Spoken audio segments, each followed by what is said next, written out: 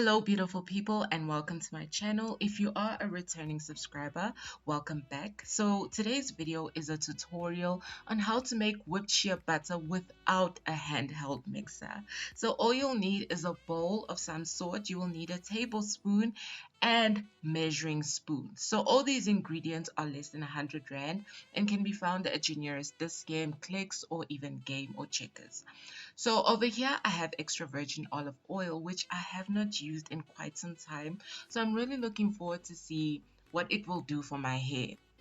Alright, and my second ingredient would be the grapeseed oil, which I found at this game for 40 Rand. And then sweet almond oil, which I also got from this game. And because of the lockdown, I wasn't able to get castor oil for myself. So I will be using this Caivil Fusion growth oil, which has amazing ingredients in it.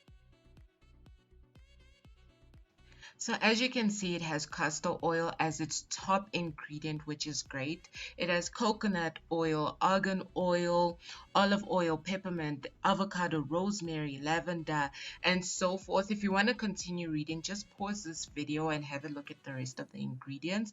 And that is why I really love this growth oil for my hair.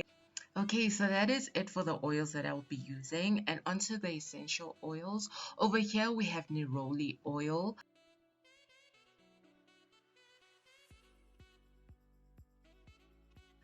And the second essential oil will have to be this orange oil, which I found from this game. Both essential oils were found at this game.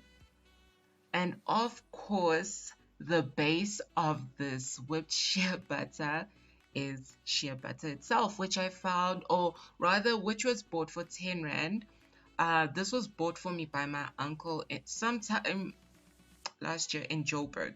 So each packet costs 10 Rand, which is really, really affordable. But I know that finding whipped shea butter will be difficult, so you can buy the native child shea butter, which is found in game as well as jet stores, and that is less than 100 Rand. I think it's approximately 80 Rand or so, which is quite affordable. Okay, so let's get started. The first thing you're gonna do is take your shea butter and you'll just begin by breaking it into smaller pieces using your tablespoon.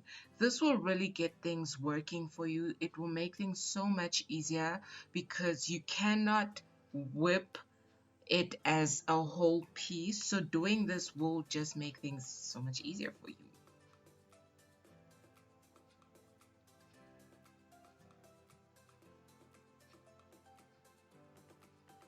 Okay, so off screen I had to go and grab the jar that I'll be placing this whipped shea butter into.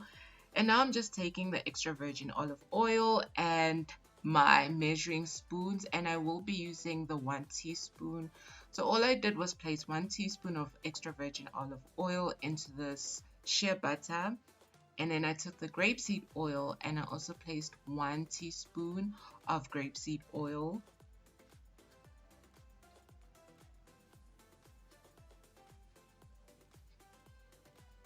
I went ahead and did the same thing for the sweet almond oil, 1 teaspoon.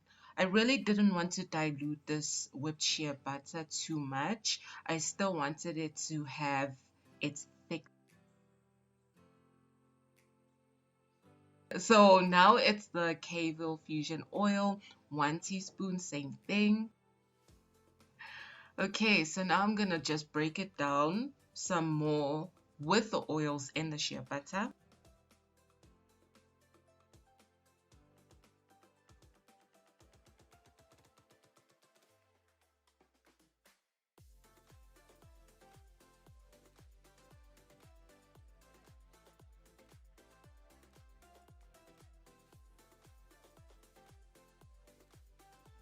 Okay, so now you're really just gonna start mixing things up. Just keep mixing it for approximately 3 to 4 minutes and you will see a huge difference. Already you can see that there is quite a difference.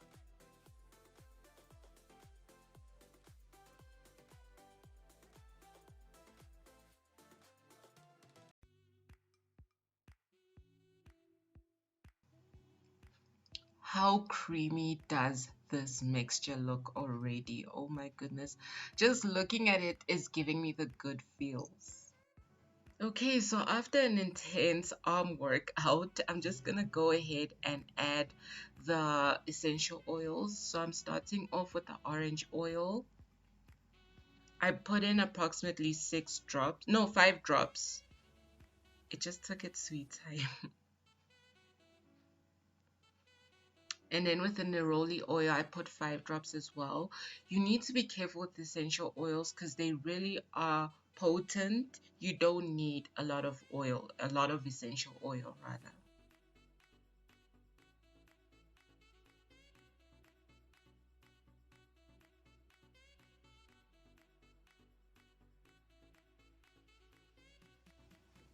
Okay, so at this point, I started to realize that I didn't really make enough to fill the jar. But anyway, I went ahead and I took my plastic. You can too, whatever plastic that you have to help you distribute this whipped shea butter into your jar will. Okay, so now I'm squeezing everything to one corner, but at the same time, I'm really realizing that I did not make enough product. This product or this whipped shea butter hardly even filled up to half of the jar. But anyway, I did go ahead and I did make some more, and I will be showing you in the next clip just how amazing it looks. It really just does not look appetizing right here because it's just not enough. Okay, so it's the next day, and I managed to finish making this whipped shea butter or more of the whipped shea butter, and look how delicious it looks. It looks good enough to eat, and I'm really happy because I added the other half of the shea butter that remained, and it made a full jar. So this should be enough for me to use for the rest of the cold season, this autumn and winter. Already it's quite chilly, so this will do and it will help you as well.